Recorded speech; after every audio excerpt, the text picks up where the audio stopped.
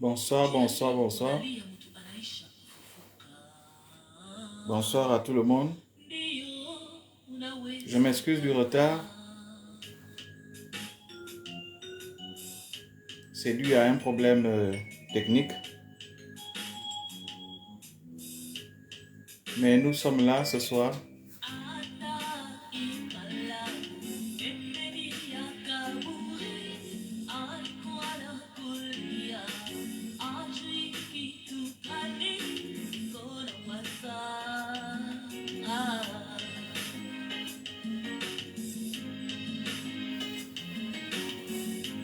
Bonsoir, bonsoir, bonsoir.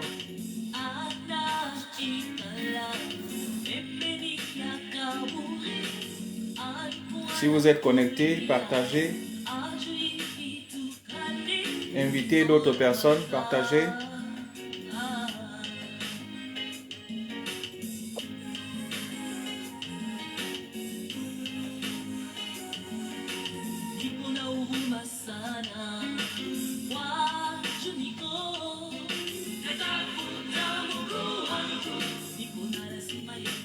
Partagez, partagez.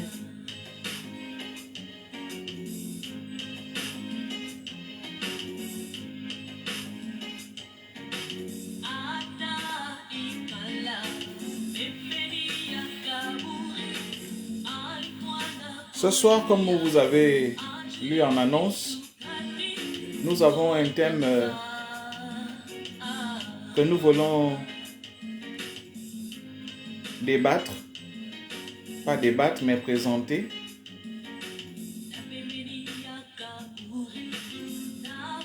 La repentance, excusez-moi, la repentance, c'est la clé d'accès au royaume de Dieu.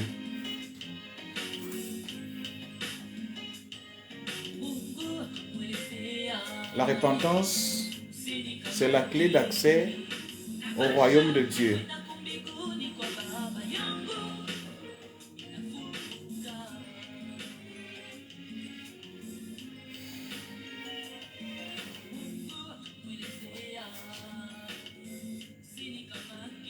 Connectez-vous. Connectez-vous, bien-aimés.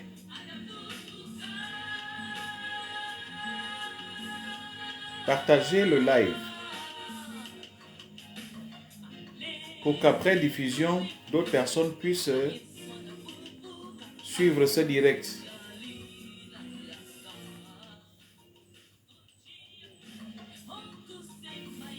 Nous n'allons pas passer toute une éternité.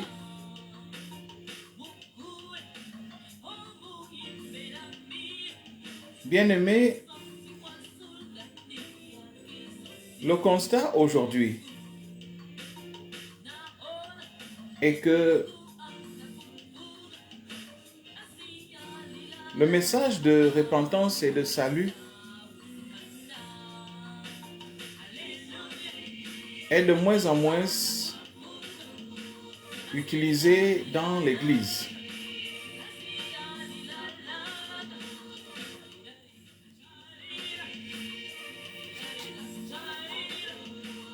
Ceux qui ont commencé dans les années 90, d'autres peut-être dans les années 80, jusqu'aux années 2000, l'Église du Gabon, de façon générale, était encore attachée à l'évangile du salut. Alléluia.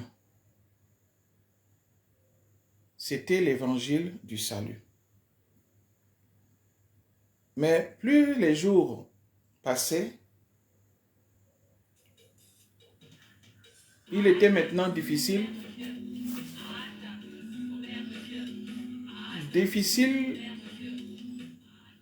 de plus en plus difficile de voir la prédication de l'évangile du salut.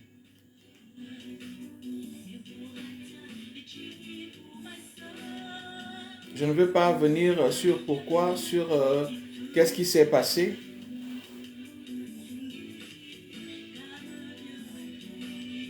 Ce soir, je voudrais aller dans les Écritures encore. Bien-aimé. Parce que ce qui va être la base du travail de ce soir, ce sont les Écritures. Ce soir, rien que les Écritures. Nous allons aller dans l'Ancien Testament. Nous verrons ce qui est écrit dans l'Ancien Testament. Nous irons aussi dans le Nouveau Testament. Alléluia.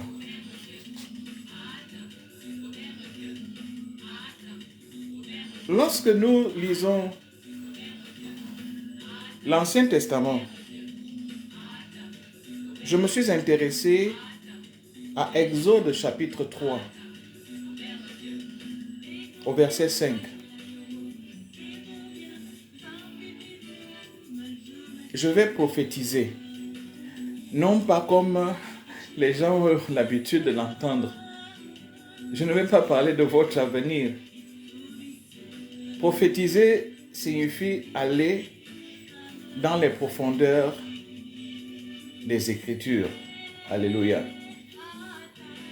Essayer de faire venir, expliquer, dévoiler, dire ce que Dieu dit, dire ce qui est écrit, pour que le commun des mortels puisse saisir. C'est d'abord ça, le premier sens de prophétiser. Ainsi parle l'Éternel. Je m'excuse, je ne veux pas titiller quelqu'un, mais il faut que les choses soient claires. Je ne vais pas parler de ton numéro de téléphone, ni ton adresse, ni de ton village quand je parle de prophétiser. Je veux parler de ce que Dieu dit. Exode 3, au verset 5. Qu'est-ce qui est écrit? Il s'agit de l'épisode où Moïse est allé rencontrer Dieu. Moïse est allé rencontrer Dieu. Dieu lui dit, n'approche pas d'ici. Ôte tes souliers de tes pieds, car le lieu sur lequel tu te tiens est une terre sainte. Bien-aimé, qu'est-ce qui se passe en réalité ici? Qu'est-ce qui se passe ici? Ce qui se passe, c'est que Dieu parle à Moïse. Et quand il parle à Moïse, il lui fait comprendre, à cause de ton état actuel, tu ne peux pas entrer dans ma présence. Je voudrais parler à quelqu'un. C'est vrai que tu vas à l'église. Change le nom, Moïse.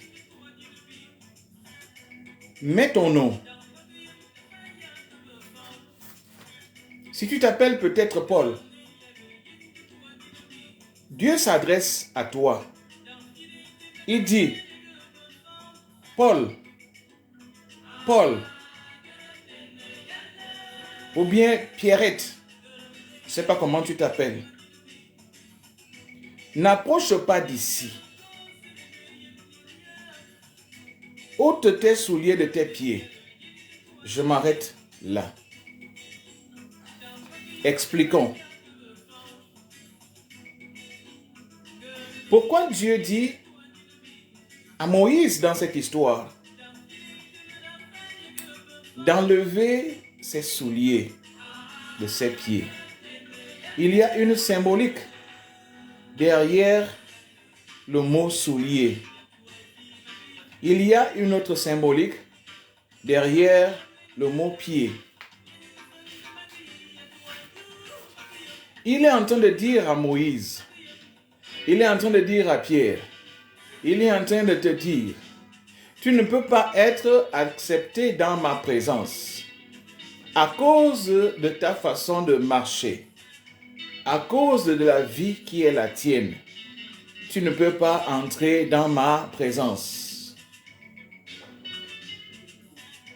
Si tu veux entrer dans ma présence, abandonne ta façon de marcher. Abandonner la façon de marcher, c'est ça qu'on appelle la repentance. Alléluia. Bien-aimés dans le Seigneur, aujourd'hui nous sommes en train de nous embrouiller.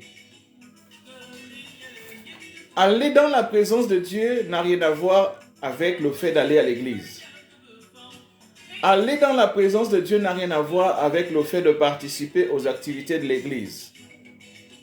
Aller dans la présence de Dieu n'a rien à faire avec le fait de prêcher la parole de Dieu, d'opérer les miracles, d'être chantre. Parce que ce qui permet à Dieu d'accepter quelqu'un dans sa présence, c'est parce que Dieu regarde la marche de la personne. Dieu regarde l'état du cœur de la personne. Dieu ne s'intéresse pas à tout ce que tu fais dans ton église. Dieu ne s'intéresse pas aux dîmes et aux offrandes que tu fais, que tu donnes à l'église, je veux dire. Dieu s'intéresse à la façon dont tu marches dans sa présence. Rappelons-nous que Moïse vivait selon la loi de l'Égypte. Il lui fallait donc vivre selon la loi de Dieu, abandonner la façon de vivre qu'il avait en Égypte. L'Égypte qui symbolise ici la vie ou le monde du péché. C'est la seule condition que Dieu avait donnée à Moïse. Et cette condition-là, bien-aimé, n'a pas changé. Dieu impose la même condition aux hommes pour pouvoir entrer dans sa présence. Voilà pourquoi beaucoup de gens prient, beaucoup de gens jeûnent, ils participent aux séminaires, aux conventions, ils participent à toutes les activités, ils donnent les offrandes, ils donnent les dîmes, ils donnent des cadeaux aux hommes de Dieu. Bien-aimé, je ne suis pas venu te décourager. Ce n'est pas ce qui intéresse Dieu. Lisons un peu dans Ésaïe 59.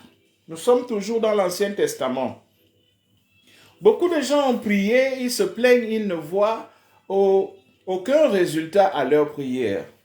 Les versets 1 et 2 disent ceci. Non, la main de l'Éternel n'est pas trop courte pour sauver, ni son oreille trop dure pour entendre, mais ce sont vos crimes qui mettent une séparation entre vous et votre Dieu. Ce sont vos péchés qui vous cachent sa face et l'empêchent de vous écouter. Bien-aimés, pourquoi est-ce que nos prières n'ont pas accès à Dieu? Pourquoi est-ce que nos jeûnes n'arrivent pas à déclencher la main de Dieu? Pourquoi cela? Dieu dit clairement, il appuie sur quelque chose dont nous devons tenir compte au quotidien et personnellement. Dieu dit ceci, ce sont vos crimes qui mettent une séparation entre vous et votre Dieu.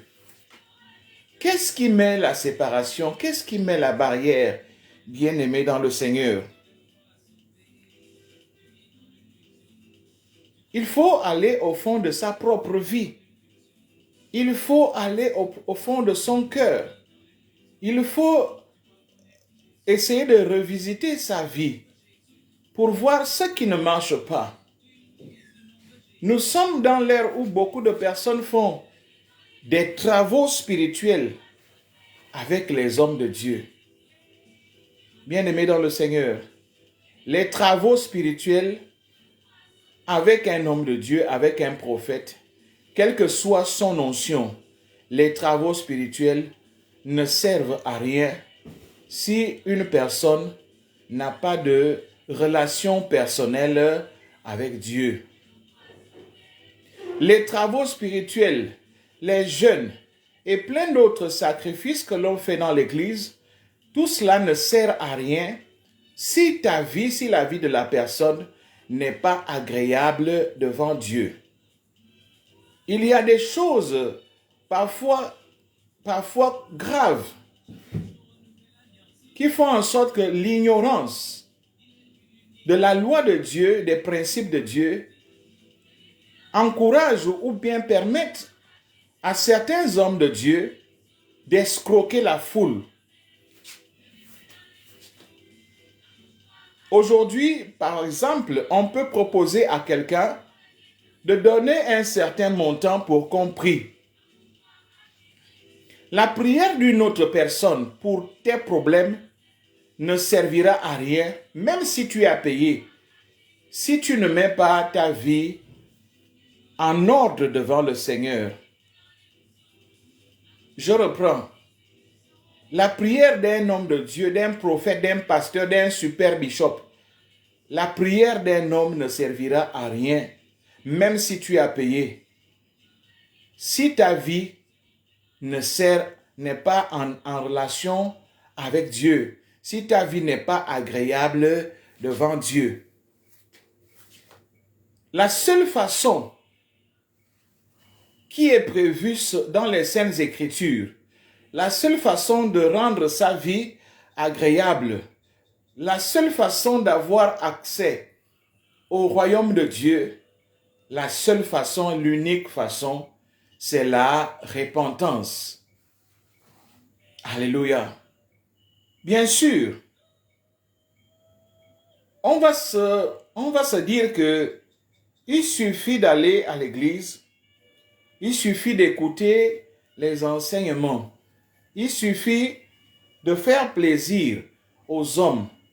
La repentance n'est rien d'autre que le retour à Dieu et l'abandon de la mauvaise vie. Alléluia. Il faut reconnaître que la vie que nous menons n'est pas agréable et prendre la décision de parler de cela devant Dieu. Alléluia. C'est pour cela que tous les prophètes de l'Ancien Testament, je parle bien des prophètes, Dieu les envoyait pour avertir le peuple au sujet de sa colère sur ceux qui ne veulent pas vivre selon sa volonté. Alléluia. C'est pour cela qu'à l'époque des rois, les prophètes pouvaient faire des reproches aux rois, leur dire que ce qu'ils faisaient n'était pas agréable à Dieu. Je me rappelle de ce prophète-là, je crois, Nathan, qui est allé voir le roi David. Quand David avait tué le général d'armée parce qu'il avait commis l'adultère avec sa femme. Non seulement il a commis 2 crimes, mais il a voulu mettre les crimes sur quelqu'un d'autre et menacer même de tuer la personne qui avait fait cela. Mais prophétiquement, le prophète est venu lui parler et lui dire, voici ce que tu as fait, parce qu'il s'agit de toi. Alléluia. Ce qui veut dire que les enseignements que nous avons à l'Église doivent permettre à chaque personne de se remettre en cause. Si nous passons du temps, bien-aimés, à haranguer les foules, j'appelle ça comme ça, à faire des proclamations, alors que le peuple vit, alors que les gens qui viennent à l'église vivent dans l'iniquité, peu importe les proclamations que l'on va faire sur leur vie, ou les prophéties façon, je vois le mariage et quelqu'un dira Amen et viendra semer dans la corbeille. Toutes ces choses-là ne serviront à rien. Alléluia. C'est pour ça que les prophètes avaient un seul langage par rapport au péché. Ésaïe disait par exemple dans le chapitre 21, versets 11 et 12, quand les gens sont venus poser des questions, bien-aimés, je vais dire ceci en quelques mots. Lorsqu'on va consulter un homme de Dieu, en réalité, c'est pour savoir ce que Dieu dit. Ce n'est pas pour savoir quel est l'état de ma vie. Tu connais déjà ta propre vie. Un prophète doit proclamer la parole de Dieu. Peu importe que les gens l'aiment ou pas. Un prophète doit parler de l'état des cœurs, enseigner sur l'état des cœurs des hommes, pour que ceux qui écoutent cet enseignement puissent se remettre en cause.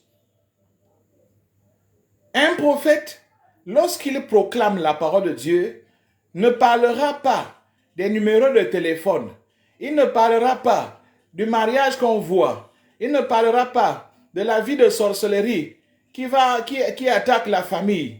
Parce que simplement, s'il y a des sorciers, ça existe.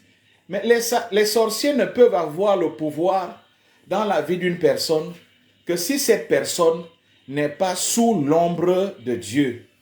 Alléluia. Les personnes qui peuvent être victimes de sorcellerie ne pourront être délivrées de cela que si ces personnes se mettent à l'abri du Très-Haut. Donc, ça ne servira à rien de passer le temps dans des séminaires sur l'état de ma famille, sur le secret de la réussite. Tout cela est lié à la relation que l'homme a avec Dieu. Le seul problème que l'homme doit résoudre, c'est de savoir que Dieu n'aime pas le péché et que c'est le péché qui l'empêche d'être en relation avec Dieu. C'est le péché qui l'empêche d'accéder à Dieu par la prière, par les jeûnes. Alléluia. C'est pour cela que peu importe le problème qu'il y avait en Israël, les prophètes ne tournaient pas autour du pot. Ils ne parlaient pas pour faire plaisir à qui que ce soit. Ils ne parlaient pas pour dire des mots agréables. Voici le message qu'ils avaient et qu'ils ont jusqu'aujourd'hui. Je parle de véritables prophètes. Il dit ceci: convertissez-vous et revenez. Lorsqu'il dit cela, il dit au peuple: abandonnez la mauvaise vie et retournez à Dieu. C'est la seule chose. Ce qui donne la puissance à un homme, c'est quand un homme est sous le pouvoir de Dieu. Ce qui donne l'onction à l'homme, ce n'est pas l'assistance au séminaire d'onction ou les impositions des mains des hommes. La puissance que l'homme reçoit vient de Dieu à cause de sa relation avec ce Dieu. Nous avons encore Ésaïe qui parle. Il dit au peuple d'Israël: revenez à celui dont on s'est profondément détourné, enfants d'Israël. Vous pouvez lire cela dans Ésaïe 31 au verset 6. Dieu dit aussi quelque part à Zacharie, il demande à Zacharie de parler au peuple. Dieu dit à Zacharie, va leur dire ceci: ainsi parle l'Éternel des armées. Revenez à moi, dit l'Éternel des armées, et je reviendrai à vous, dit l'Éternel des armées. Alléluia, bien-aimés. Nous avons parfois l'impression que Dieu est loin de nous. Nous avons parfois l'impression que Dieu ne nous écoute pas. Mais non, Dieu est prêt à nous écouter. Dieu est prêt à nous toucher. Peu importe là où tu te trouves dans ta maison ce soir, peu importe là où tu te trouves dans ton village ce soir, même si tu es menacé, la seule façon d'être à l'abri, c'est lorsque tu retournes à Dieu. Peu importe ce que tu fais dans la vie, ton travail, tes activités, tu n'auras pas besoin d'aller payer à l'église pour que tes activités décollent. Tu n'auras pas besoin d'aller s'aimer. Tu n'auras pas besoin d'être forcé de donner des offrandes faramineuses. Parce qu'on te fait croire, je dis bien on te fait croire, que c'est en donnant des offrandes faramineuses que tu pourras avoir accès à Dieu. Bien-aimé, je suis encore là ce soir pour dire qu'on n'achète pas Dieu. La seule chose que Dieu attend de toi, peu importe ta situation, c'est de comprendre ce soir que la fin d'une chose vaut mieux que son commencement. Peu importe la vie que tu as menée dans le passé, Dieu est miséricordieux. Il a les bras ouverts, comme vous voyez Jésus à la croix. Il est prêt à te recevoir. La seule condition, c'est de revenir à Dieu. Je m'adresse à toi ce soir, bien-aimé. Je m'adresse à notre pays. Je m'adresse à tous les serviteurs de Dieu. Nous avons fait trop de foufou dans l'Église. Les miracles deviennent de plus en plus rares. Les cœurs sont devenus durs. Plus personne ne croit en Dieu. Pourquoi? Parce que le Saint-Esprit est en train de déserter le lieu saint. Dieu ne peut pas rester, bien-aimé, là où il n'est pas le point principal. Dieu ne peut pas être dans une église s'il n'est pas l'alpha et l'oméga. Dieu ne peut pas agir dans une vie là où il n'y a pas de repentance. Parce que l'œuvre qui doit se faire dans ta vie, dans la vie d'une nation, dans la vie d'une ville, cette œuvre-là est accomplie par Dieu qui envoie ses anges. Alléluia. Est-ce que tu es avec moi ce soir? Pour comprendre que ce message ne doit pas être abandonné. Nous devons revenir au message de repentance. Pour que comme dans les années 80-90, dans les années 2000, que l'Église devienne une Église puissante, que le réveil s'installe à nouveau. Parce qu'il n'y a pas de réveil, bien-aimé, sans qu'il y ait une véritable repentance. Beaucoup disent que Dieu avait promis le Saint-Esprit sur toute chair. Dans le livre de Joël, bien-aimé, il faut lire Joël chapitre 2 pour comprendre ce que Dieu exige à la nation. Il faut lire le livre de 2 Chroniques 7-14 que nous récitons parfois. C'est un appel à la repentance. Alléluia. Pourquoi est-ce que nous pouvons réciter 2 Chroniques 7-14 sans le mettre en pratique? Si mon peuple, sur qui est invoqué mon nom, Dieu dit de faire quoi? De s'humilier, de prier, de se détourner des mauvaises voies. C'est ça la clé. Il dit, je l'exaucerai des cieux. Dieu veut exaucer une vie ce soir. Mais Dieu veut que tu retournes à lui, que tu te détournes de tes mauvaises voies. Tu connais les mauvaises voies. Chacun de nous connaît sa vie. Tu n'as pas besoin d'une prophétie sur ta vie. Alléluia. Tu connais l'état de ton cœur. Dieu veut te répondre. Dieu veut que tu aies accès à lui sans passer par un prophète, un pasteur, un frère, une sœur. Dieu veut te parler seul à seul. Dieu veut te donner des mystères de son royaume. À toi, pas à quelqu'un d'autre. Dieu veut te révéler peut-être les choses de ta famille. Dieu veut te révéler peut-être des choses qui bloquent ton mariage. Dieu veut te révéler à toi ce qui ne va pas dans ta vie. Mais Dieu ne peut pas te parler, bien-aimé.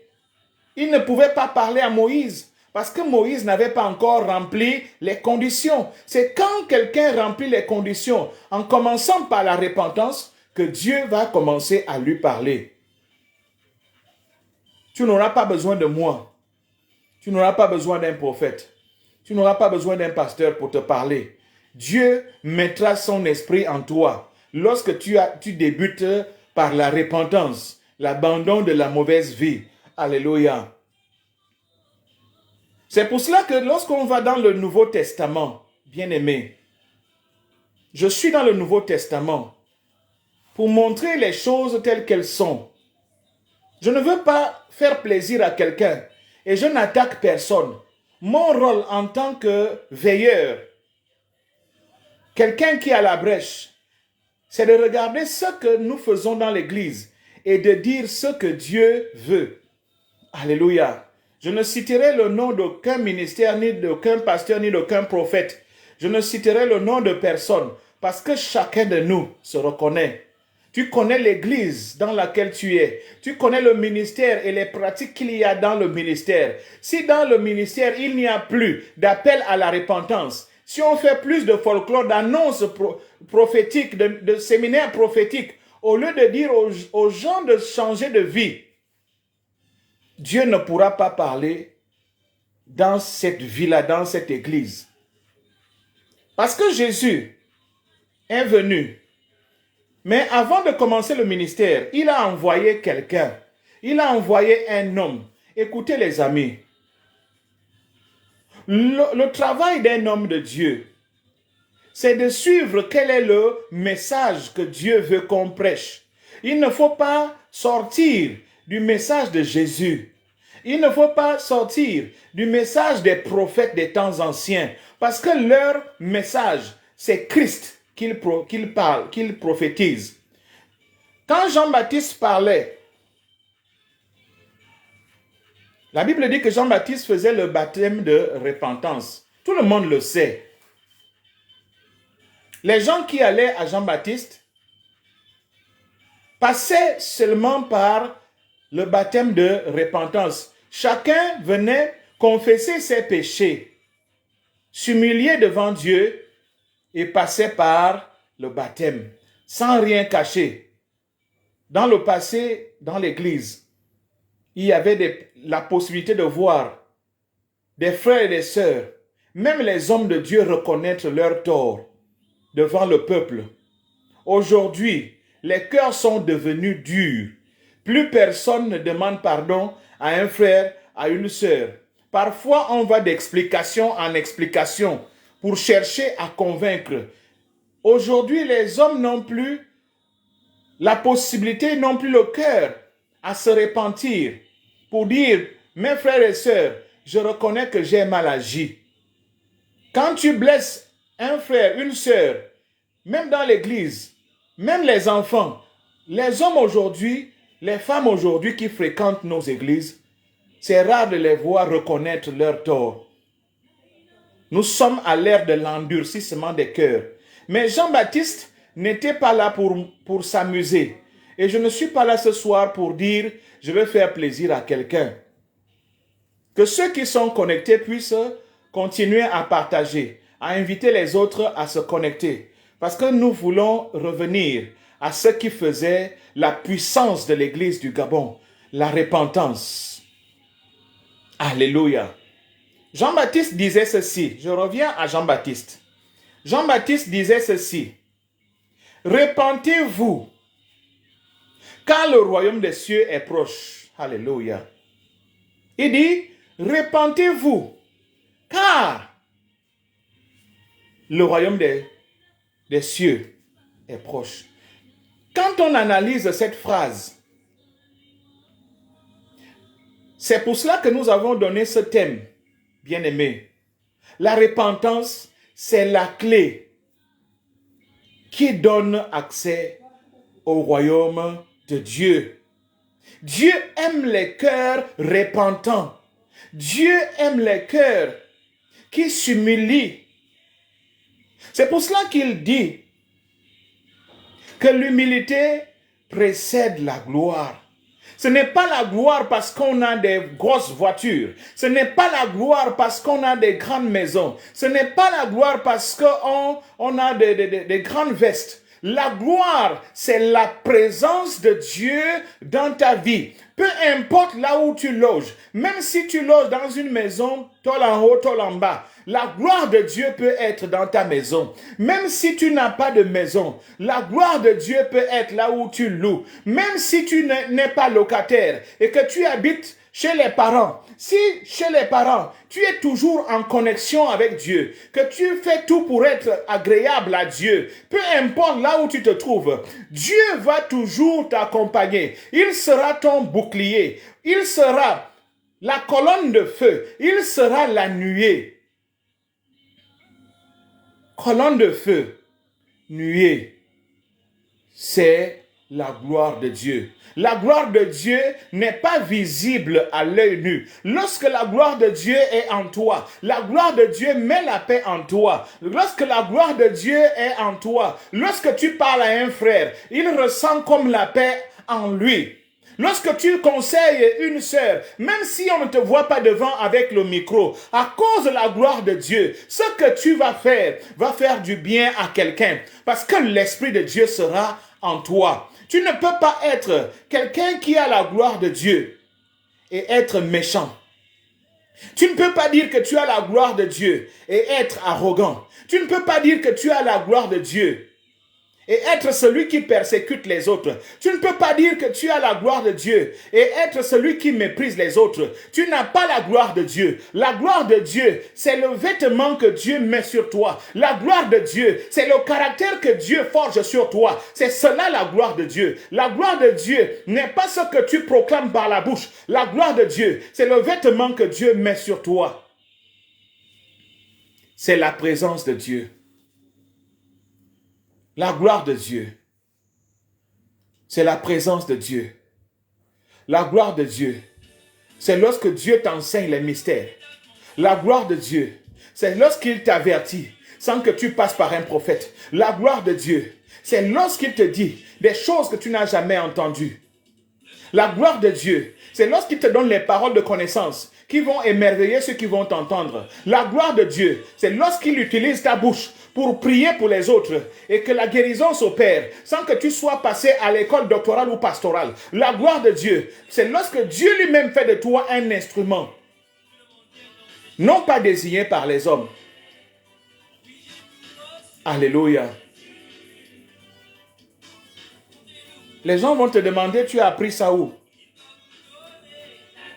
Je vais parler au chantre. Nous voyons aujourd'hui le ministère de chantre qui est tourmenté par l'esprit démoniaque. Les chantres ne peuvent pas dire qu'ils ont la gloire de Dieu. Ils ne peuvent pas dire qu'ils ont l'onction. Si l'onction doit être dans ta vie, il faut que Dieu te parle clairement. Alléluia. C'est Dieu qui va te dire ce que tu dois faire. Même si les gens ne te donnent pas la force de chanter, même si tu n'as pas les occasions de prester, mais le peu de temps qu'on te donnera, les gens verront qu'il y a la gloire de Dieu. Alléluia. Si tu es connecté ce soir sache que la gloire de Dieu viendra sur toi. Si de façon personnelle, tu prends la décision de remettre ta vie en ordre, je dis ceci, la gloire de Dieu viendra sur toi. Si tu décides toi-même, même si on ne prêche pas comme ça chez toi, parce que tu as besoin de la gloire de Dieu, la présence de Dieu, pour exercer un ministère personnel. Bien-aimé, écoutez-moi. En tant que ceux qui suivent le Seigneur, nous devons savoir que nous n'appartenons pas à une église, ni à un ministère, même si nous avons grandi dans cette église. Nous appartenons à Jésus, parce que c'est son esprit qu'il met en nous. Et Jésus ne va pas attendre qu'un homme de Dieu te donne des orientations, des ordres pour évangéliser. Parce que l'esprit d'évangélisation sera en toi. Tu vas encourager les autres à venir à Dieu. Tu vas exhorter les autres à venir à Dieu. Tu vas prier pour les... Tu vas faire exactement le ministère que Jésus a fait sur la terre. Même si on ne t'a pas envoyé dans ton assemblée, ton église, même si on ne te reconnaît pas, je suis en train de te dire que celui qui m'a envoyé parler ce soir te connaît. Dis avec moi, le Seigneur me connaît. Dis avec moi ce soir, écris en commentaire, le Seigneur me connaît. Si tu es avec moi, dis, le Seigneur me connaît.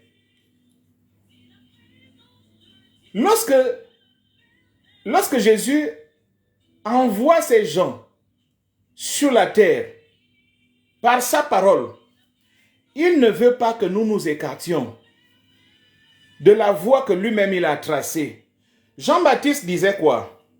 Il disait, répentez-vous. Mais la Bible nous dit aussi que lorsque Jésus a commencé son ministère, il n'a rien fait d'autre. Il n'a rien fait d'autre. Puisque c'est la parole, c'est lui la parole. Il ne pouvait pas prêcher autre chose. Il n'y a pas de nouveauté dans l'œuvre de Dieu, bien-aimé. On n'a rien à fabriquer. La ligne de conduite, le tableau de bord, c'est déjà dans la Bible que tu tiens en main. Comment est-ce que Jésus travaillait? Qu'est-ce que Jésus faisait? Qu'est-ce que Jésus disait aux gens? C'est la même chose qu'il veut que tu continues à faire. Aujourd'hui, quand nous regardons à gauche et à droite, nous avons l'impression que nous créons un nouvel évangile. Bien-aimé, c'est la bonne nouvelle de Jésus. Et la bonne nouvelle de Jésus, c'est pour nous dire que nous devons avoir accès au royaume. Le royaume des cieux est proche. Ne change pas d'évangile. Nous avons l'évangile aujourd'hui qui invite les gens à chercher les miracles. Ce n'est pas l'évangile de Christ. L'évangile de Christ débute par la repentance. Parce que lorsqu'il y a la repentance, Jésus a dit à la fin dans Marc 16, 17, voici les miracles qui accompagneront. Les miracles doivent te poursuivre, bien-aimé. Mais il n'y a pas de miracle qui peut te poursuivre si tu ne commences pas par la repentance. Croire en Jésus débute par la repentance. Alléluia. Tu ne peux pas dire que tu crois en Jésus si tu vas à l'église pour chercher le mariage. Jésus n'est pas venu prêcher le mariage. Jésus n'est pas venu prêcher comment on appelle ça? La réussite. Jésus n'est pas venu nous promettre l'élévation, comme on voit aujourd'hui dans les ministères. Jésus n'a jamais parlé d'élévation. L'évangile de Christ, c'est d'abord la transformation de ton cœur. Si tu étais colérique, tu dois te repentir d'être colérique. Alléluia. Le menteur doit se repentir. Chacun connaît son domaine. C'est là où tu connais ton domaine, là où tu te reconnais, que tu te repens. Tu ne vas pas te repentir en action et par omission. Non. Tu vas te repentir par rapport à ce que tu reconnais faire. Alléluia. Jésus disait, comme Jean-Baptiste, le royaume des cieux est proche. Le royaume des cieux est proche. Qu'est-ce qu'il faut faire? Se repentir. Bien-aimé, le diable a amené une vaste tromperie. Beaucoup d'églises sont tombées dans la tromperie de Satan. Beaucoup ont peur d'appuyer sur le péché. Beaucoup ont peur de prêcher la repentance. Sinon, les églises vont se vider. On préfère caresser les gens. En leur proclamant, je vois ceci, je déclare. Bien-aimé, je vais te dire une chose. Si tu m'écoutes, les déclarations d'un homme ne sont pas les déclarations de Dieu. La parole de Dieu, lorsque on y obéit, c'est là où la parole de Dieu s'accomplit. Alléluia. Or, celui qui veut voir l'accomplissement des plans et des projets de Dieu dans sa vie, tu ne peux pas échapper, bien-aimé. Je suis désolé. Le passage obligé, c'est la repentance. Quand Jésus disait que nous devons passer par la voie étroite, pourquoi? Je vais prophétiser là-dessus. Je vais expliquer. La voie étroite, c'est cette voie-là qui nous pousse à abandonner. Parce qu'on, de nature, à cause du péché, on est gros. Je ne parle pas de la grosseur physique. On est tellement gros. Gros par l'orgueil. Gros par la vanité. Gros comme un bœuf. Mais Dieu veut, par la bouche du Seigneur, que nous passions par la voie étroite. La voie étroite nous oblige à abandonner ce qui nous empêche d'avancer. Je dis ce soir, la voie étroite nous oblige, nous force à abandonner ce qui nous empêche d'avancer. Si le mensonge devant Dieu t'empêche d'avancer, abandonne. Il y a des gens qui sont gros à cause de l'amour d'argent. Dans l'église, les gens sont gros à cause de la vanité. Dans l'église, les gens sont gros à cause de l'orgueil. Le mépris qu'on affiche vis-à-vis des brebis. L'arrogance qu'on affiche, même si on est serviteur de Dieu. Un serviteur oint de Dieu ne peut pas être arrogant. Il ne peut pas ne pas se repentir lorsqu'il fait mal. Il doit reconnaître ses fautes. Lorsqu'on lui dit, homme de Dieu, tu as mal agi, il faut se repentir. Alléluia. La Bible dit qu'il n'y a point, il n'y a aucun qui se dise qu'il n'a pas de péché. Parce qu'il y a des péchés qui sont ouverts, que tout le monde voit. Mais les péchés les plus graves, c'est ce qui se trouve dans ton coffre-fort, dans ton cœur. Ça là, Dieu veut que tu casses le coffre-fort, que tu arrives à la repentance. Si nous sommes dans un ministère et qu'il y a la rivalité, l'esprit de rivalité que le diable a amené entre frères et sœurs dans l'église ou dans la ville ou dans les ministères, ces rivalités-là, ce sont des choses qui bloquent l'œuvre de Dieu. Ça empêche le royaume de Dieu de s'ouvrir. Homme de Dieu, vous qui aimez la rivalité, vous pensez être les meilleurs, vous pensez être le numéro 1. Il faut se repentir. Regardons la cohésion qu'il y avait au milieu des disciples. Ils marchaient deux à deux. Lorsque Pierre et Jean allaient dans le temple, lorsqu'ils allaient dans le temple, ils avaient un même cœur parce qu'il n'y avait pas de rivalité entre eux. Ce qui fait que lorsque Pierre et Jean priaient ensemble, même celui qui était boiteux, celui qui était lépreux, celui qui avait une infirmité, au nom de Jésus se levait. Mais aujourd'hui, qu'est-ce que nous faisons? C'est cette rivalité qui fait en sorte qu'on ne peut pas travailler avec un frère. On ne peut pas donner de la place à l'autre. On pense être le meilleur que l'autre. On pense avoir plus d'onction que l'autre. Tu as donné combien pour avoir l'onction? L'Église a besoin de se repentir. L'Église du Gabon a besoin de se repentir. Les hommes de Dieu ont besoin de se repentir. Parce que tout commence par les hommes de Dieu. La vanité est entrée dans l'église. L'église devient comme un temple où on fait les concerts matin, midi et soir. Chacun fait son programme sans s'occuper de ce que Dieu veut. Est-ce que vous pensez à ce que Dieu veut dans cette nation? La course à la popularité est entrée dans le temple. Dieu n'a pas besoin de ceux qui font la course à la popularité. Dieu veut des hommes qui sont oints, bien-aimés. L'onction de Dieu est très lourde à supporter. Ça doit nous ramener à genoux. Le manteau que Dieu donne, c'est un manteau d'humilité. Parce que lorsque tu descends dans l'humilité, c'est là où il t'oint avec la puissance. Il n'y a pas de puissance sans humilité. Beaucoup d'hommes de Dieu aujourd'hui parlent en termes de je. Celui qui est le seul capable en termes de je, c'est Jésus. Parce que ce qu'il dit, ça met l'accompli. Combien de prophéties, combien de déclarations nous avons faites dans cette église? L'église du Gabon est remplie de prophètes.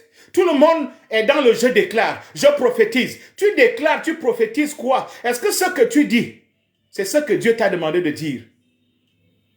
Le ciel est fermé parce qu'on annonce ce que Dieu n'a pas demandé d'annoncer. On proclame ce que Dieu n'a pas demandé de proclamer. Peuple de Dieu, nous devons proclamer la repentance. Il faut que Dieu règne dans les cœurs. Il faut que Dieu règne dans les pensées. Il faut que Dieu règne dans les ministères. Il faut que Dieu règne dans l'église. Et lorsque Dieu règne, il y a l'unité. Il y a l'amour. Il faut que Dieu règne. Parfois nous chantons, viens disposer, Jésus vient disposer, Saint-Esprit vient disposer, viens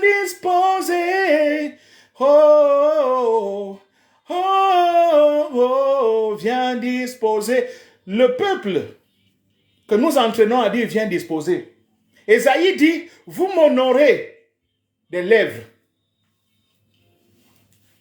Église du Gabon, Ésaïe dit, Élie dit, vous m'honorez des lèvres. Nous sommes prêts à montrer combien nous faisons des miracles. C'est un esprit d'orgueil. Toi qui fais cela avec tes vidéos, répands-toi. Dieu n'a pas besoin que tu montres combien tu fais des miracles, combien tu es bon, combien tu acceptes qu'on te donne des noms. Tu te donnes des noms à toi-même. Tu deviens le bulldozer de l'évangile. Tu deviens le papa scanner. Tu es un menteur. Répands-toi. Tu veux simplement attirer les foules pour que les gens t'admirent.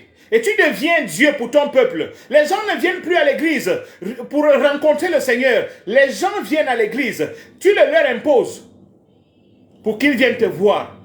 Tu n'encourages pas les gens à être libres, à chercher le Seigneur. Tu imposes ce peuple-là à venir te rencontrer. Tu fixes le nombre de personnes qui doivent venir te rencontrer. Répands-toi.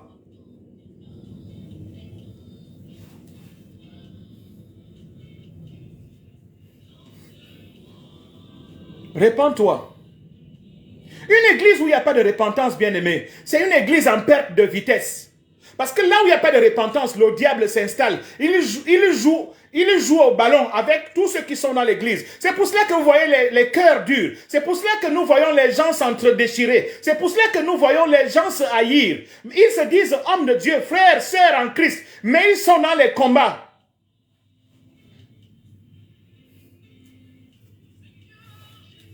Parce que nous ne servons pas Dieu.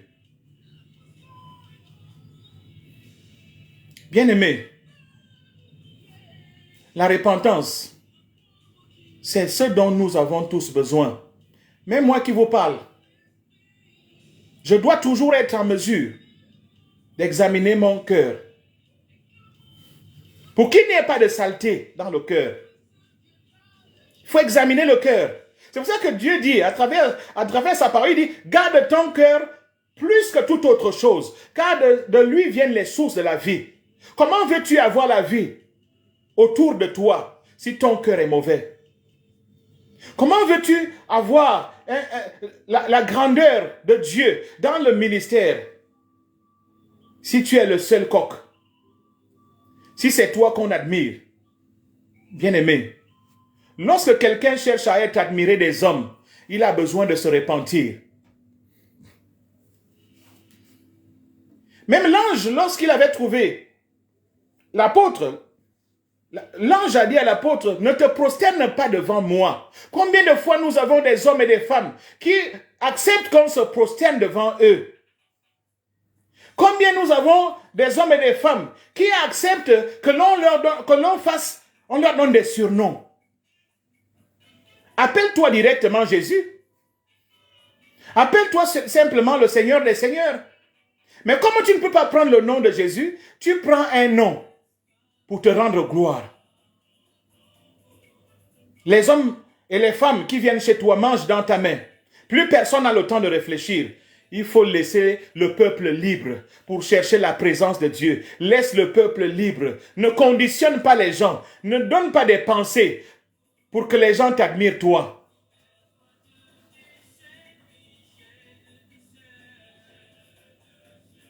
Sur le lieu de travail, regarde comment tu reçois les gens à l'hôpital. Regarde comment tu reçois les clients. Regarde comment tu reçois les gens là où tu travailles dans le service. Mais le dimanche, tu te retrouves à l'église. Il n'y a pas de séparation, bien-aimé. On sert le Seigneur de l'église jusqu'au lieu de travail, de l'église à la maison. La façon dont tu parles aux gens dans ton quartier, ça démontre que tu n'as pas Jésus dans ton cœur. C'est pas parce que c'est un enfant qu'on doit le mépriser. C'est pas parce que c'est une personne qui n'a pas d'argent qui vient à l'église qu'on doit croire que c'est moins que rien. Si Dieu te fait grâce d'avoir un véhicule, fais monter tout le monde dans ton véhicule. Bien-aimé, ce n'est pas un véhicule spécial parce que Dieu peut te l'arracher. Dieu doit bénir ton véhicule parce que tu le mets à la disposition des autres. Ne sors pas de l'église et dire simplement que Dieu te bénisse. Dieu va bénir ton frère comment? Tu es orgueilleux. Fais monter ton frère. Il marche sous le soleil. Il y a plein de choses, bien-aimés, que nous faisons dans l'église. Nous croyons que les chantres n'ont pas droit à l'argent de l'église. Les chantres doivent avoir l'argent de l'église. Ce n'est pas celui qui tient la Bible qui sert Dieu seulement. On doit partager à toute l'église. Ce qui entre dans la corbeille, s'il y a des offrandes. Il faut qu'il y ait quelque chose pour les nécessiteux. Lorsqu'on fait de l'argent de l'église, une chasse gardée, est-ce que vous pensez aux hommes que vous êtes en train de tuer parce qu'ils vont se mettre à murmurer? Ils vont se mettre à murmurer. Ils vont dire que le pasteur mange l'argent seul. À cause de nos mauvais comportements, à cause de notre égoïsme, nous poussons les autres dans le péché. Nous avons besoin de sagesse pour conduire le peuple. Si nous avons des besoins, nous devons savoir aussi que ceux qui sont avec nous ont des besoins. C'est pour cela que Jésus avait encouragé, lorsqu'il enseignait, il dit, si tu as 2 tuniques, si tu as 2 paires de chaussures, partage aux autres. Bien-aimé dans le Seigneur, la repentance va t'amener à comprendre que ce que tu as n'est pas pour toi. Ça pousse les gens à avoir le don de libéralité. On ne va pas forcer quelqu'un à donner à l'église parce qu'il sait que lorsqu'il se répand, il aime utiliser son argent pour lui-même. Mais lorsqu'il a maintenant les biens, on n'a pas besoin de sonner. On n'a pas besoin de fixer un taux. Comme je vois faire plusieurs personnes aujourd'hui. La personne doit reconnaître que ce qu'il a aujourd'hui lui vient de Dieu. Et il doit donner librement à Dieu, sans forcer. Parce que ceux à qui on force, ils rentrent aussi dans les murmures. Homme de Dieu, vous qui forcez les gens à donner à l'église, répentez-vous. L'église n'est pas un lieu où on fait les enchères pour voir qui va donner la plus grosse somme. Répentez-vous. L'église est un endroit où les cœurs doivent être en paix. Chacun doit venir en chantant, en dansant, en disant je m'en vais donner quelque chose à Dieu. C'est Dieu qui m'a béni. Et quand quelqu'un est béni, ce n'est pas forcément de l'argent. Si quelqu'un a fait 20 sacs d'arachides, il faut l'encourager aussi à venir donner l'arachide qu'il a récolté. Il n'a peut-être pas d'argent, il n'a peut-être rien sous la main, mais il n'a que les arachides. Parce que lorsqu'on fixe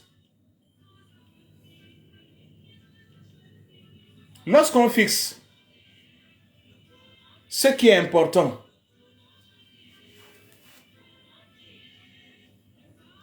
comme le frère le demande, pourquoi se repentir? C'est parce que tu es venu en retard. La repentance, de manière globale, comme Moïse a fait, c'est retourner à Dieu en abandonnant les péchés. Reconnaître qu'on fait mal aux yeux de Dieu. De manière simple, nous n'allons pas aller dans les profondeurs. Si quelqu'un reconnaît qu'il fait mal, bien-aimé, il doit se repentir. Il doit reconnaître et confesser cela devant Dieu. C'est retourner à Dieu. Mais il y a d'autres étapes après la repentance. Alléluia. C'est pour ça que si nous voulons que la puissance demeure dans la vie des jeunes, nous devons encourager tout le monde, en commençant par les plus grands. Parce que quand les jeunes vont voir que les jeunes, les anciens se répandent, les jeunes connaissent les dégâts que les anciens font. Mais ils restent dans les murmures. Mais ils savent que l'ancien a fait telle ou telle chose. Mais puisque l'ancien ne se répand pas, son cœur aussi va s'endurcir. Parfois, on va le blâmer sur la faute que l'autre a commise. Mais il ne se répand pas. Parfois, on va l'exposer devant le peuple. Alors qu'on sait, alors que les jeunes savent que l'homme de Dieu ou la femme de Dieu fait telle ou telle chose. La conséquence de cela, c'est la rébellion. Là où il n'y a pas de repentance dans une église, ça amène les jeunes, ça amène l'église à la rébellion. Parce que notre vie, les vies que nous menons ne s'arrêtent pas à l'église. Si on trouve maman pasteur, je donne un exemple, ou un ancien d'église, en train d'insulter les voisins, c'est déjà une source de frustration. On ne va rien dire, mais il faut automatiquement que la personne puisse demander pardon. Ça va apaiser le cœur du frère qui est de passage. Mais si la personne se mure dans l'orgueil pour dire que je suis maman pasteur, l'histoire de maman pasteur, papa pasteur, ça donne l'orgueil dans l'église. Ça veut dire qu'on est intouchable. On peut faire tout ce qu'on veut. L'argent qui est détourné à l'église, les pasteurs ne rendent pas compte. Ça crée des problèmes. Les brebis savent que ça, c'est la somme que nous avons donnée qui permet au pasteur ou à l'homme de Dieu d'envoyer les enfants dans l'école privée, pendant que nos enfants sont dans les écoles publiques, où ils sont à 120. Ça crée des problèmes. S'il y a des dons, les dons ne doivent pas profiter à une seule personne. Je suis obligé de revenir là-dessus pour des choses que nous voyons. Il y a besoin de repentance. Alléluia. La repentance peut se faire publiquement. La repentance peut se faire auprès d'un homme sage, sans que l'autre personne soit exposée. Si quelqu'un est courageux et qu'il a commis une faute qui a frustré l'Église, il se doit de se repentir devant l'Église. Alléluia. Mais si on se dit qu'on n'a pas à se repentir, ça veut dire qu'on se met au stade de Dieu. Mon frère, ma soeur, moi qui te parle, je ne suis pas Dieu. Je dois me repentir quand je fais du tort à quelqu'un. Je dois demander pardon même aux plus petits. Alléluia. C'est ça qui fait en sorte qu'il y ait la paix. Sans repentance entre les hommes. Parce que la repentance a des effets. Comme vous voyez la croix. Il y a la paix entre toi et Dieu. Au niveau vertical.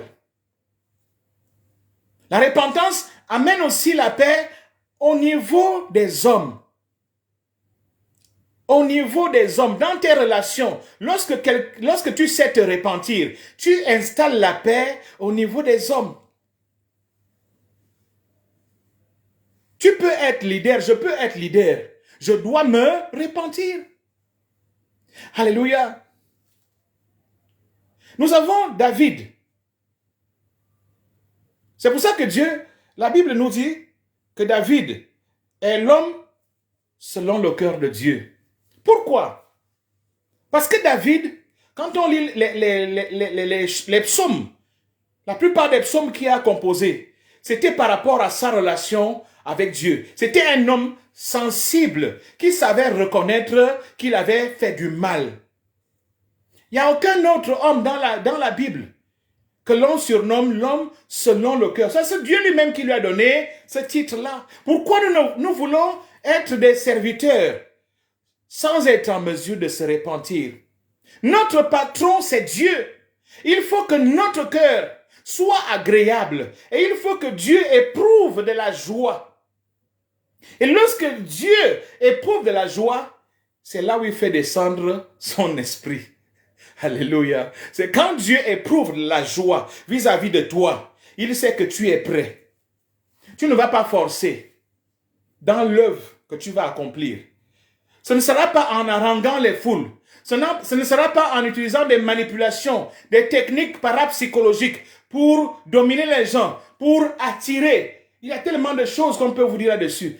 Dieu lui-même va envoyer ses anges aller faire la moisson, attirer les gens vers toi. Même dans le domaine du commerce, si tu fais le commerce, Dieu va rendre ton visage brillant. De telle sorte que même si quelqu'un fait les fétiches, là où tu es au marché, à cause de la présence de Dieu dans ta vie, les fétiches au marché vont être détruites.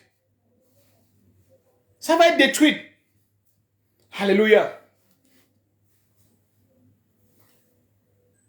La repentance fait en sorte que tu bénéficies de la puissance de Dieu dans ta vie. Tu auras la paix dans ta vie. Dieu va te guérir. Parce que avant d'être celui qui impose les mains aux gens pour guérir, tu seras comme Moïse. Tu seras d'abord le premier champ d'expérimentation de la puissance de Dieu. Si Dieu veut t'utiliser pour aller guérir quelqu'un, il faut que tu passes d'abord le temps dans la repentance. Parce que lorsque tu vas prier pour quelqu'un, c'est une guerre spirituelle. Et s'il y a des portes dans ta vie, les démons contre lesquels tu luttes vont t'atteindre. Je suis en train d'ouvrir les mystères. Parce que les gens croient que lorsqu'on va prier, ce n'est pas seulement la prière. La prière pour quelqu'un, c'est une guerre spirituelle. Parce que la personne qui est malade doit être délivrée de la maladie.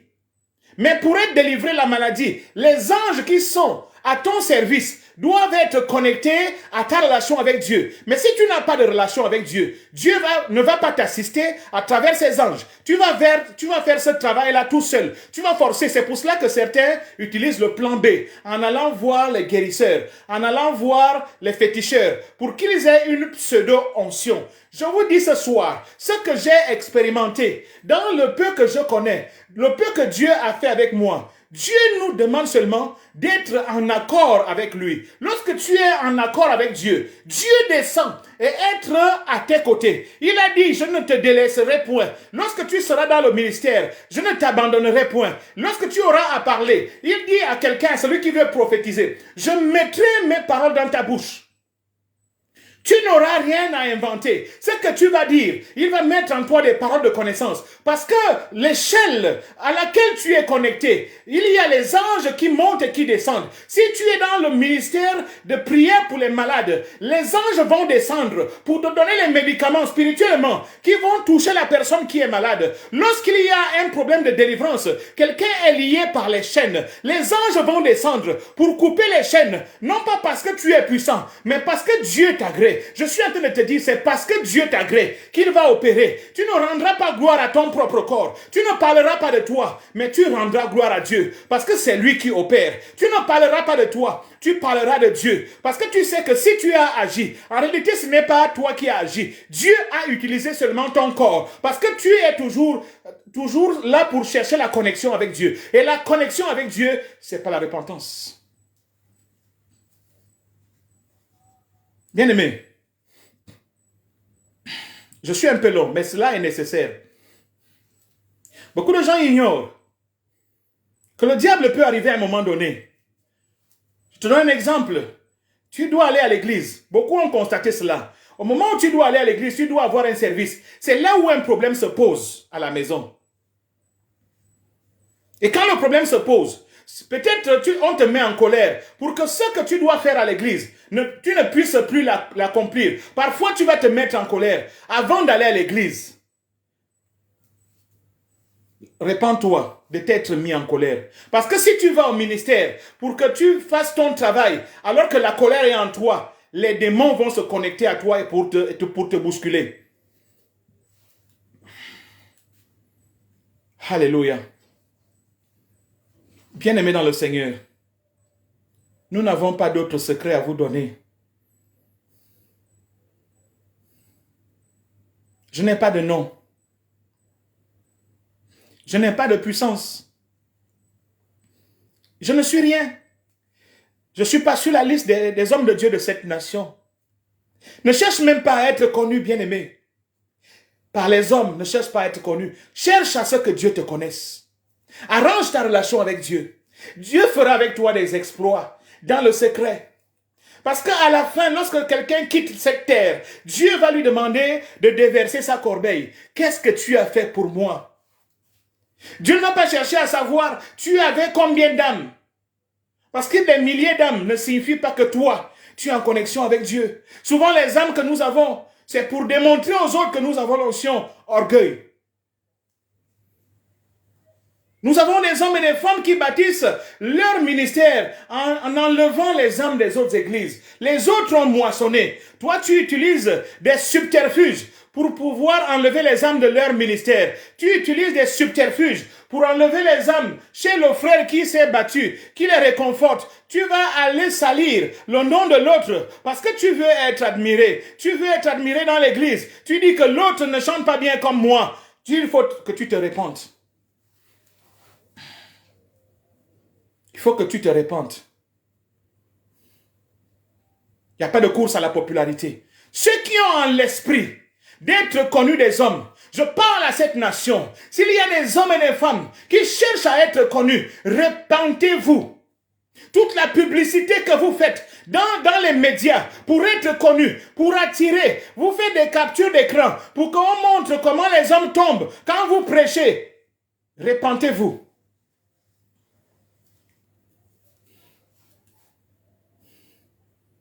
Vous avez des foules qui défendent votre cause. Ils n'ont pas besoin de défendre votre cause. Laisse Dieu défendre ta cause. Si tu es serviteur de Dieu, garde le silence. Peu importe ce qu'on dit sur toi, garde le silence. Peu importe les noms qu'on te donne, garde le silence. Dans le silence, tu arranges toujours ta situation avec Dieu. Je voudrais que tu sois comme le canard. On peut te donner des noms. Regarde comme le canard, lorsqu'il est sous la pluie, l'eau coule au-dessus de ses plumes. Rien ne le mouille parce qu'il est protégé par ses plumes. Mais si tu es protégé par Dieu, par la main de Dieu, peu importe ce qu'on dit sur toi, ne t'attaque pas à ceux qui parlent mal de toi. Si tu as été touché, blessé, va dans le secret. La Bible dit, recommande ton sort à l'Éternel. Parce que lorsque tu recommandes ton sort à l'Éternel, tu évites de t'occuper de ceux qui t'attaquent. Mon fils, toi qui es là, je te dis ce soir, le chemin du serviteur de Dieu est parsemé de cailloux. Les gens vont prendre ces cailloux et lancer sur toi pour te blesser. Peu importe les cailloux qu'ils lancent sur toi, prends ces cailloux pour faire de cela le départ d'une puissance dans ton ministère. Ces cailloux peuvent être des reproches. Ces cailloux peuvent être la médisance. Ne prends pas en considération la médisance. Regarde ce que Dieu veut que tu saches derrière. Si quelqu'un te médit, ne lui dis absolument rien. Parce que si tu dis quelque chose de mal vis-à-vis de celui qui parle mal de toi, tu te mets au même niveau que lui. Et là, ton ministère risque de prendre un coup. Mais je suis en train de te dire, Dieu, celui que tu sers, si tu le sers en esprit et en vérité, il va te faire monter lui-même de gloire en gloire. Les hommes et les femmes de cette nation seront étonnés. Pas parce que tu parleras de toi. Les hommes entendront parler de toi aux États-Unis. Pas parce que tu fais la publicité. Tu peux ne pas faire parler de tes activités sur Facebook ou sur Snapchat ou bien tout ce que vous utilisez. Laisse Dieu, par le Saint-Esprit, par les anges, faire ta publicité. Je te parle de ce que j'ai vécu. Je te parle de ce que j'ai expérimenté. Ne fais jamais de publicité. Même si Dieu guérit un malade à travers toi, n'expose pas ça sur Facebook. Sinon, l'orgueil va commencer. L'orgueil, c'est lorsque tu veux parler de toi. Il faut que les gens ne voient que toi. Alors que dans le cœur de Dieu, c'est Dieu lui-même qu'on doit voir. L'orgueil, c'est lorsqu'au pupitre, quelqu'un met son image et l'image de sa femme sur un gros poster. Ceux qui font cela, ils ne savent pas qu'ils sont en train de prendre la place de Dieu dans les cœurs des hommes. Parce que les hommes n'auront que l'image qu'ils sont en train de placer. Alléluia. Nous avons besoin de nous repentir. Nous avons besoin de nous repentir. Parce que nous avons abandonné la droite ligne de l'évangélisation. L'évangélisation des années 90, ce n'est plus ce que nous faisons.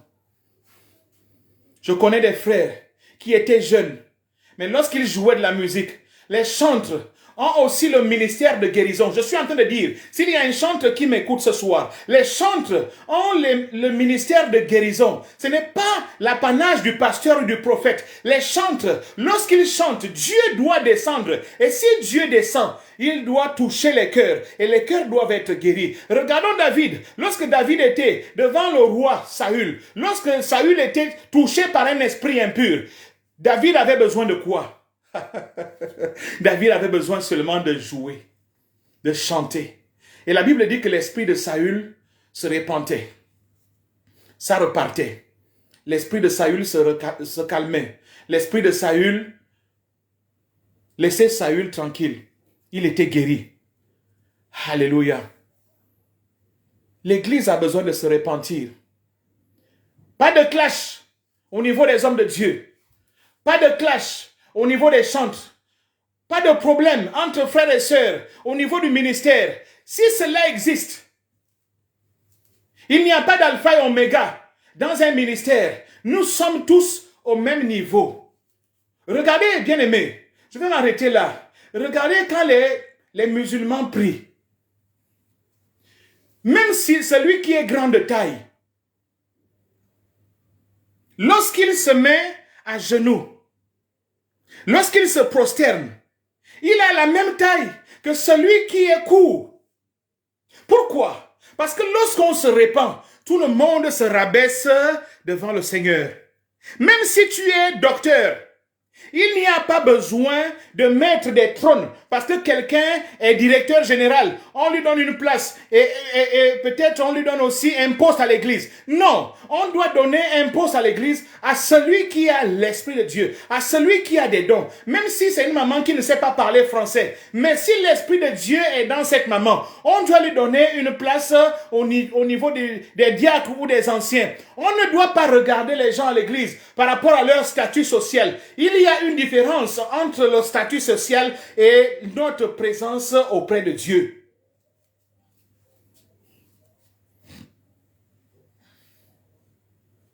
Il n'y a pas de préférence à faire. Il n'y a pas d'église familiale à fonder pour que, comme c'est l'enfant du pasteur ou c'est la fille du pasteur, c'est la fille du pasteur qui doit gérer les chantres. Non, pas forcément. Il faut chercher au milieu des chantres celui qui a l'Esprit de Dieu. Il n'y a pas de concurrence à faire. Comme c'est un grand culte qui aura lieu, c'est moi qui dois prendre le micro. Orgueil, tu dois te repentir. Je voudrais que nos frères et sœurs qui servent le Seigneur écoutent attentivement ce que nous sommes en train de dire. Alléluia. Il est très important que chacun de nous sache que celui qui est à côté est aussi important que nous-mêmes. Même si quelqu'un a un niveau CEP, s'il est chantre, il n'est pas obligé de chanter en français. On peut l'amener à chanter dans la langue locale, sans lui faire des frustrations, sans lui faire honte, parce qu'il ne sait pas parler le français. Parce que la frustration qu'on crée en lui, en disant qu'il ne sait pas, il ne peut pas chanter, à cause de son manque de niveau. Bien aimé, le Saint-Esprit n'atteint pas notre niveau au niveau de l'école. Le Saint-Esprit nous donne un autre niveau. Il va nous faire parler de nouvelles langues. Écoutez bien ce que je suis en train de dire. La repentance appelle les gens à s'exprimer autrement. C'est ça, parler de nouvelles langues. La langue de l'orgueil doit disparaître. La langue de l'arrogance doit disparaître. La langue de la vanité doit disparaître. La langue de la méchanceté doit disparaître. La bonté de Dieu doit s'installer. L'autosuffisance qui est une langue, même si ça ne sort pas par la bouche, mais ta façon de marcher au milieu des autres, on sent que tu es autosuffisant. Lorsque tu ne prends pas les conseils des autres, tu ne tiens pas compte de ce que les autres disent, tu as besoin de repentance. Même Jésus considérait les avis de ses disciples. Il leur disait, mais qu'est-ce que vous pensez? Bien-aimés, nous avons un long chemin à faire. Il faut que l'Esprit de Dieu redescende dans cette nation. C'est pour ça que la Bible dit, heureuse la nation dont l'Éternel est le Dieu. Il ne s'agit pas, quand cette parole est sortie, il ne s'agit pas de ceux qui ne connaissent pas Dieu. Il s'agit de nous. Nous qui tenons la Bible en main chaque dimanche. Si l'Éternel est notre Dieu, c'est ce qui amène une nouvelle dimension. Tu n'auras pas chanté qu'il t'a changé de dimension. Lui-même, il va montrer aux gens. Tu n'auras pas besoin de dire qu'il va élever la dimension. Lui-même, il va dire, non, ce frère a quelque chose qu'on n'a jamais vu. Sa façon de faire n'est pas ce que j'ai déjà vu. Sa façon de parler n'est pas ce que j'ai déjà vu. Sa façon d'enseigner, ce n'est pas ce que j'ai déjà entendu les gens prêcher. Mais lui là, quand il chante, il ne chante pas comme tout le monde. Bien aimé, on peut avoir la meilleure voix que les gens entendent sans que cette voix entre dans le ciel. Parce que lorsque quelqu'un est chantre et que son cœur est rempli de méchanceté, son chant est accompagné de méchanceté. Lorsque quelqu'un est chantre et qu'il est rempli d'orgueil et d'arrogance, quand il chante, son chant est bloqué au 2e ciel. Ça ne monte pas vers le 3e ciel. Lorsque quelqu'un chante et il est rempli d'autosuffisance pour faire croire aux autres qu'il est le meilleur, lorsque tu chantes, même celui qui a le discernement voit qu'il y a l'orgueil en toi. Ce n'est pas en faisant des trémolos et autres que tu démontres aux gens. Ce n'est pas des classes de chant qui font en sorte que tu sois un chanteur qui est agréé par Dieu. Dieu agrée un chant qui sort d'un cœur pur. Il y a des gens qui sont souvent frustrés. Je voudrais m'adresser à vous. Excusez-moi, je disais que je devais terminer. Ce n'est pas la voix physique qui intéresse Dieu. C'est la voix de ton cœur. C'est la bonté de ton cœur. C'est l'amour qui est dans ton cœur. C'est la paix que tu donnes aux autres qui est dans ton cœur. C'est ça là. Même si ta voix est désagréable aux oreilles des hommes. Je suis en train de dire à cette maman-là, qui a du mal à chanter parce qu'elle dit qu'elle a la mauvaise voix. Dieu peut accepter ton chant, tout simplement parce que il voit que ton cœur est un cœur agréable. Tu reçois tout le monde comme tes enfants. Tu reçois tout le monde comme les membres de ta famille. Le chant que tu vas chanter, même si la voix est désagréable, ce chant-là sera accepté par le Seigneur. C'est pour cela que, prophétiquement, nous voyons Lorsque Abel et Caïn étaient en train de faire leurs offrandes, ton chant est peut-être une offrande, mais si la voix est mauvaise, Dieu peut prendre ton chant parce que la Bible dit, Dieu a refusé l'offrande de Caïn. Pourquoi? À cause de son cœur. Que celui qui pense que sa voix n'est pas bonne, quand tu chantes à l'église, tu as honte parce que tu as la mauvaise voix. Je suis en train de te dire, n'aie plus honte. Si tu es là, connecté, il faut dire, je n'ai plus honte de ma voix. N'aie plus honte de ta voix. J'accepte ma voix telle qu'elle est. Le diable veut te tromper en te faisant croire que la voix que Dieu accepte, c'est la voix qui fait casser les bouteilles ou les verres. Dieu ne regarde pas ce qui frappe les yeux. Alléluia. Dieu ne regarde pas ce qui frappe les yeux. Dieu ne regarde pas ce qui brille. Dieu ne regarde pas ce qui brille. Dieu ne regarde pas ce qui touche les oreilles physiques. Dieu regarde au cœur. Dieu regarde au cœur. Et c'est le cœur qu'il faut travailler. Et pour travailler le cœur, il faut se repentir. Il faut qu'on retourne à Dieu. Il faut que chacun de nous retourne à Dieu. Il faut que tu fasses demi-tour. Retourne à Dieu. Abandonne les mauvaises voies. Tourne le dos à la mauvaise vie du passé. Alléluia. Ne cherche pas à savoir ce que l'autre fait.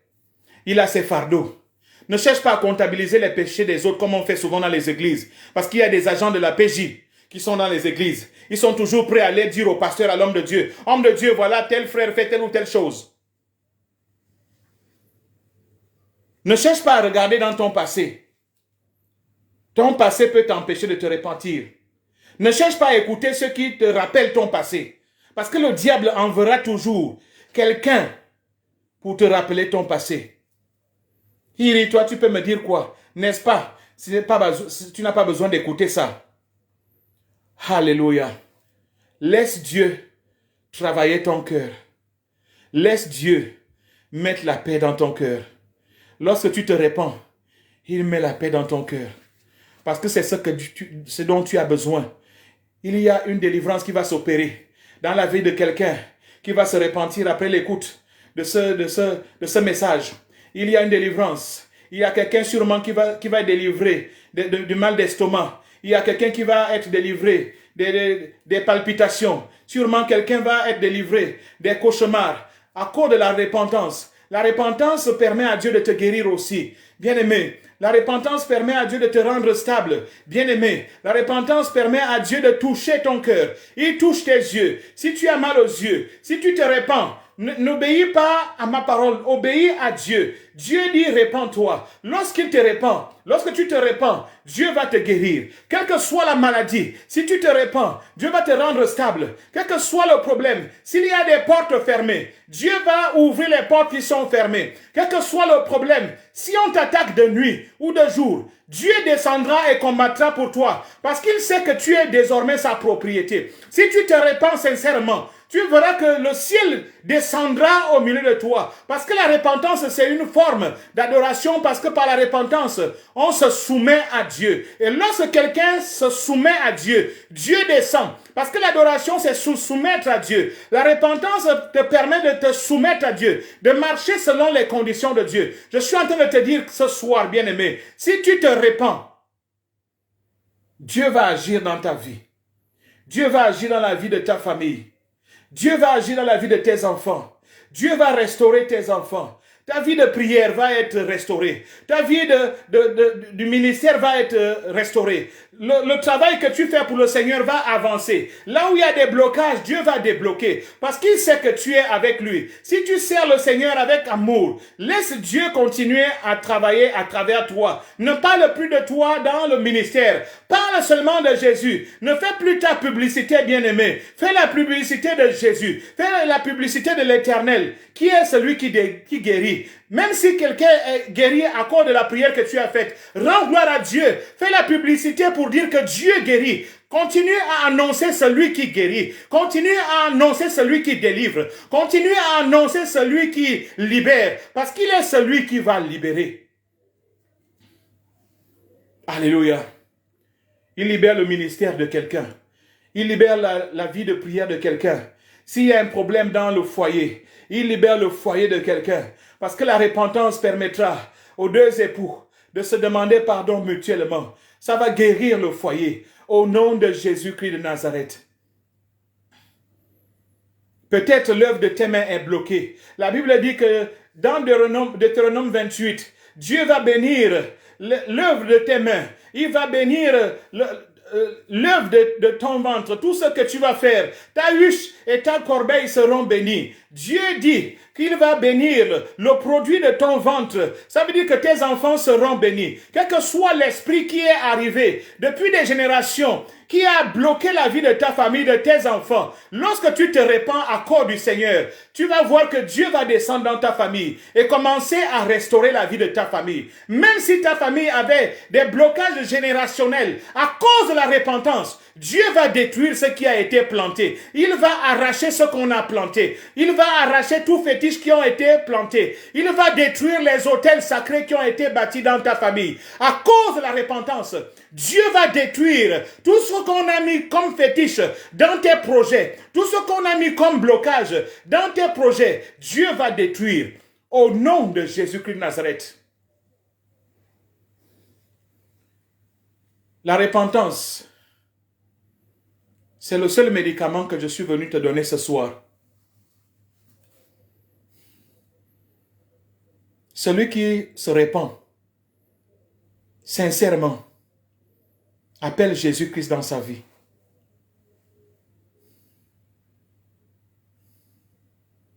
Alléluia. Parce que quand la repentance arrive, Dieu proclame ceci. Ta foi t'a sauvé. Alléluia.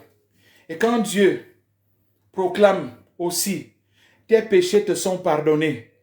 Bien-aimés, vous verrez que dans la Bible, à l'époque de Jésus, tous ceux qui recevaient cette proclamation de la bouche du Seigneur, ils étaient guéris. Parce que Dieu, quand il guérit les péchés, il te guérit des péchés, il te guérit aussi physiquement. Je voudrais que toi qui es là ce soir, même à la fin de ce live, il faut identifier beaucoup de personnes. Certains vont se reconnaître même après ce live. Ma prière ce soir est que Dieu nous bénisse, que Dieu touche les cœurs, que Dieu touche ses serviteurs, que Dieu touche ceux qui élèvent son nom, pour que nous tous ensemble, nous puissions retourner à Dieu. Il faut que cette nation retourne à Dieu. Il faut que les familles retournent à Dieu. Il faut que les hommes qui dirigent cette nation retournent à Dieu. Il faut que ceux qui sont dans les grandes directions générales, que ces hommes retournent à Dieu. Il faut que les ministres de cette nation retournent à Dieu. Il faut que les hautes autorités dans cette nation retournent à Dieu. Parce que lorsque Dieu est dans cette nation, lorsque Dieu sera célébré dans cette nation, tout ce qui est caché sera révélé. Les richesses qui sont enfouies, qu'on n'a pas encore exploitées seront révélées. La richesse qui est aujourd'hui perdue, qui est cachée par Dieu volontairement, je le dis, Dieu nous pousse à le chercher. Et c'est pour cela qu'il nous amène à vivre ces moments difficiles. Et la Bible dit dans le psaume 106, dans leur détresse, ils crièrent à l'Éternel, qui envoya sa parole et les guérit. Alléluia. Dieu veut que l'on crie à lui et que l'on crie à lui par la repentance. Que les gens demandent pardon à Dieu, que ce soit individuellement, que ce soit en famille, parce que Dieu veut descendre. Dieu veut créer un nouveau réveil dans cette nation. Bien-aimé, il n'y a pas de réveil sans qu'il y ait la repentance. On peut faire tous les séminaires qu'on veut. On peut inviter tous les hommes de Dieu du monde entier. Mais si on ne se répand pas, il n'y aura pas de réveil. On peut proclamer que le réveil va bientôt arriver. Ce n'est pas un homme qui proclame le réveil. Le réveil est déclenché lorsque la repentance est déclenchée. Je répète ceci. Le réveil est déclenché lorsque la repentance est déclenchée dans une nation. Lorsque quelqu'un se répand, il amène le réveil dans sa propre vie. Lorsque 2, 3 personnes, 4 personnes, une famille se répand, cette famille va entrer dans le réveil. Lorsqu'une nation se répand, cette nation va entrer dans le réveil. Lorsque les églises se répandent, les églises vont entrer dans le réveil. Il faut que le réveil s'installe. Mais pour que le réveil s'installe, il faut que les hommes se lèvent. Il faut que les leaders se lèvent. Il faut que les hommes prêchent l'évangile sans mettre de l'huile sur la peau des gens, sans caresser qui que ce soit. Il faut le réveil. Et pour que le réveil s'installe, il faut parler durement à la nation. Il faut parler durement au péché. Il faut parler durement à ce que nous faisons de mal. C'est là où le réveil arrive. Alléluia. N'oublions pas cela. Sans repentance, telle est ma dernière parole, il n'y a pas de réveil. L'église peut être remplie. Sans repentance, il n'y a pas de réveil. Il y aura seulement des spectateurs qui viendront voir le spectacle, les actes prophétiques, les prophéties dont l'Église n'a pas besoin. Dieu veut un nouveau réveil au Gabon. Et le nouveau réveil au Gabon ne peut arriver que par la repentance. Que Dieu vous bénisse. Au nom de Jésus. Que Dieu bénisse ton ministère, mon fils. Au nom de Jésus. Que Dieu agisse à travers toi lorsque tu vas t'aligner avec lui. Au nom de Jésus. Que Dieu rende prospères les œuvres de tes mains lorsque tu vas t'aligner avec lui. Au nom de Jésus. Amen.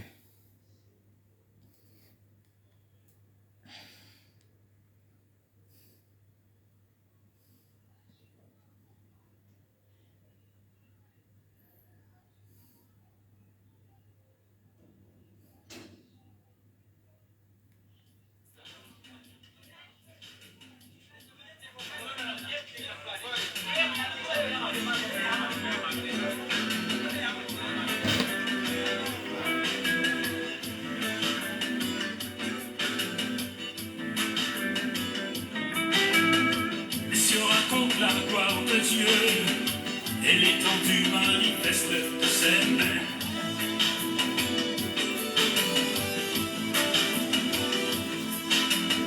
Le jour en instruit un autre jour, la nuit pendant encore.